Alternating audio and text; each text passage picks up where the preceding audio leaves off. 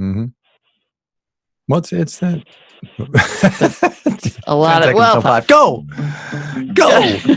Oh my goodness. 5 seconds is not very long.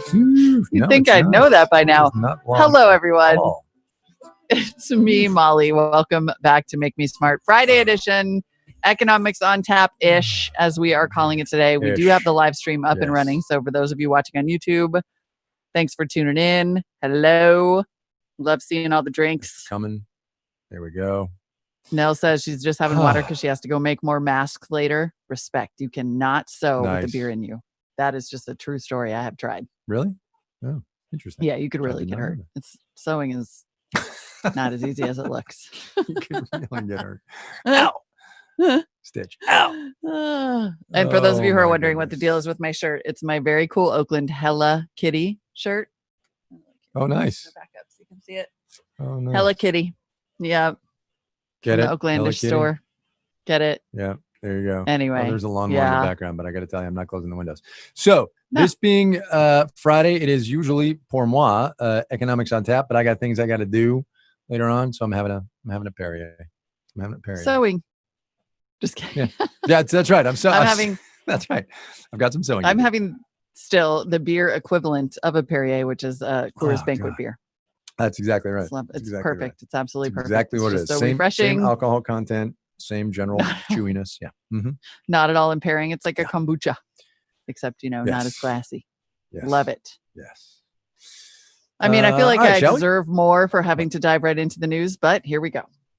Well, it is what it is. Okay, you're taking a sip, I can see. So I am going to go first. And this one kind of broke late this afternoon from Fox News World Headquarters, and that's actually dead serious.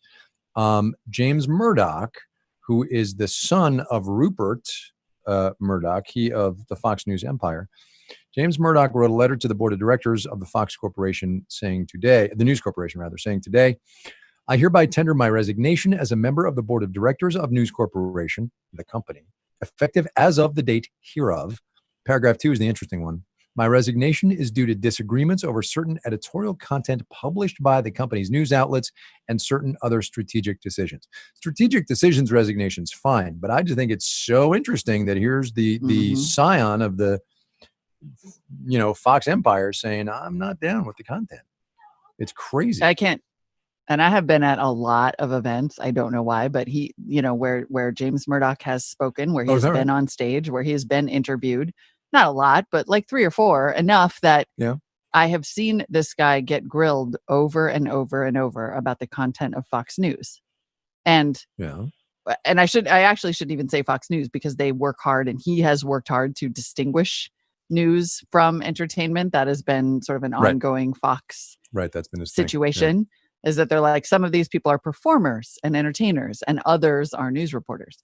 And it is never not awkward. It is never not a big dance.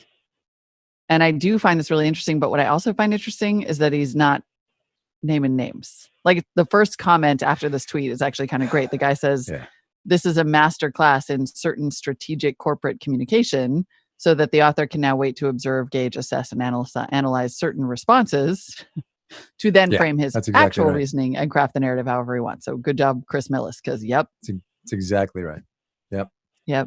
And wouldn't you love to know the conversations, right? And what's going on? And also, oh, by the way, the man's the son of the founder of the company. Do you think he could not exercise influence on the content?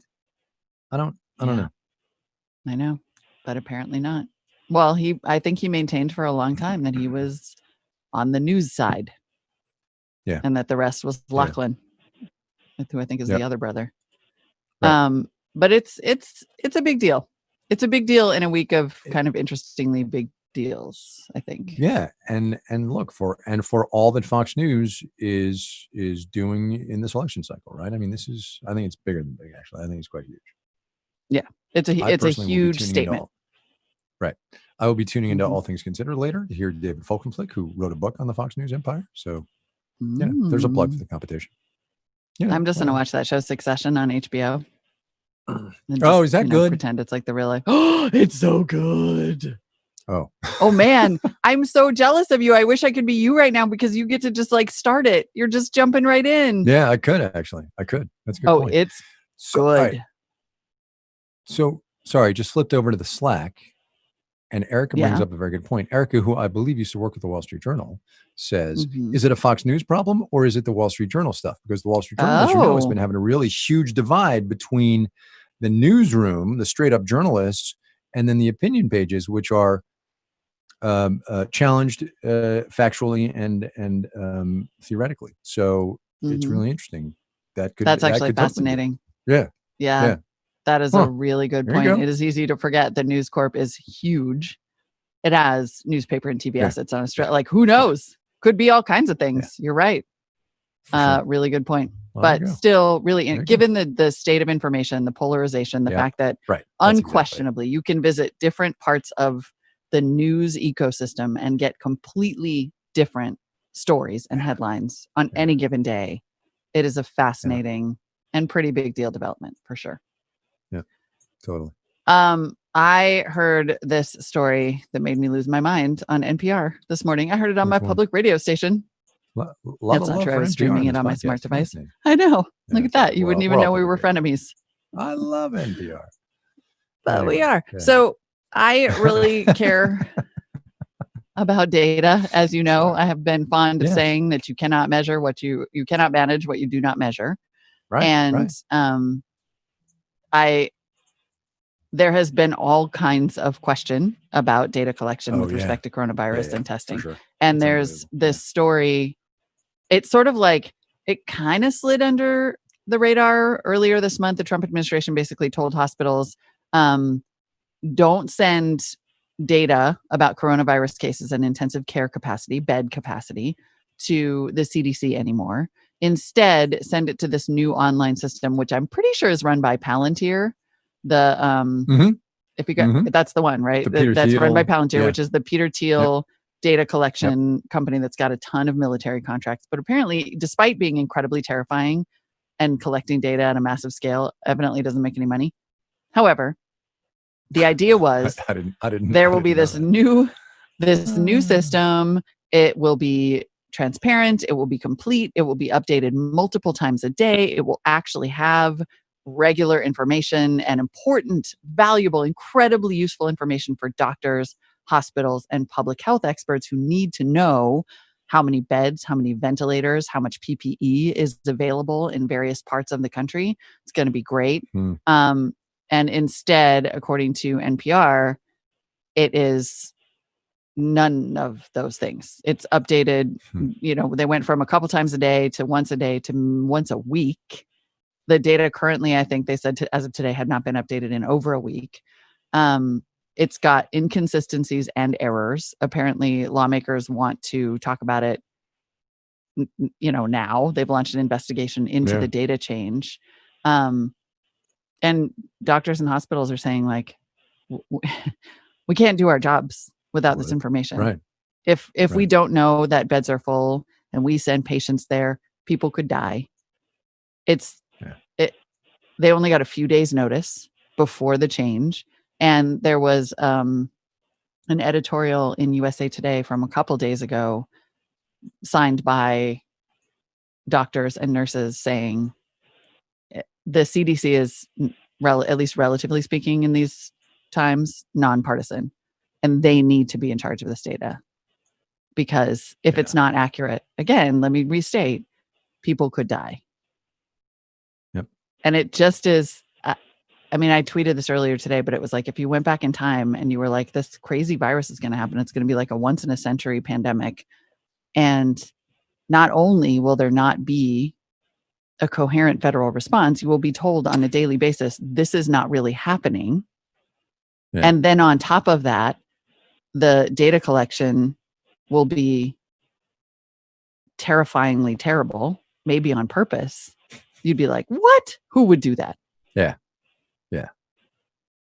Yeah. Wouldn't you love to be around like in 100 years when they write the history books on this period? And you really would. They really, really, really, really would. Man. Yeah. Because wow. So yes, keep your eye on the data. Yeah.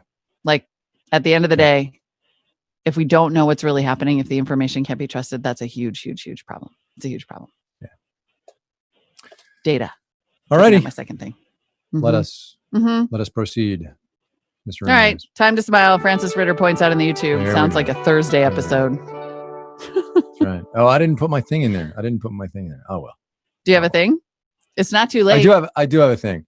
It's the irony is dead moment of, well, frankly, only of today, because irony is dying all over the place. My favorite part politically of today was when Kayleigh McEnany, the press secretary to the president of the United States, chastised the Chinese for wanting to delay the election in Hong Kong. Oh yeah. Just think about that for a minute. I was like, come on, man. Yeah. Come on. I mean, let's not even get into the whole, was he kidding, literally or seriously, whatever, but just, that's the challenge, right? That's the challenge. He does stuff, and then we don't have credibility when other people do stuff. Yep. That's the thing. That's the thing. It definitely is. Yep. Yes, that's my make me smile. Satara's yelling at me in the Slack. That's my make me smile. I was like, come on, man.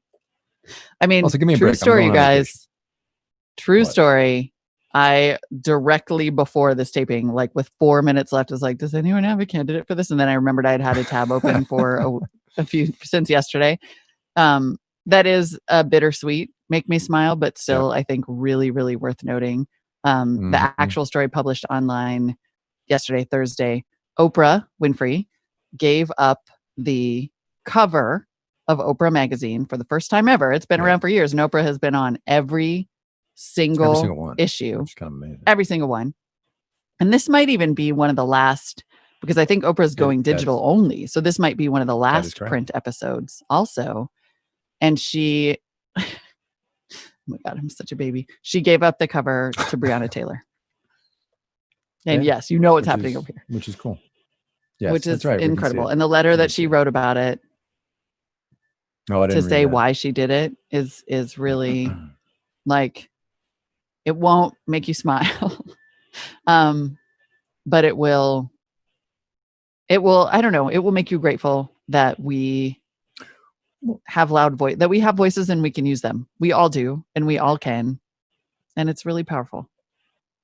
Yeah, I totally agree. I feel a need here to amend my original idea of Make Me Smile, because originally it was supposed to be something that made us smile, literally gave us a little ha-ha at the end of the day.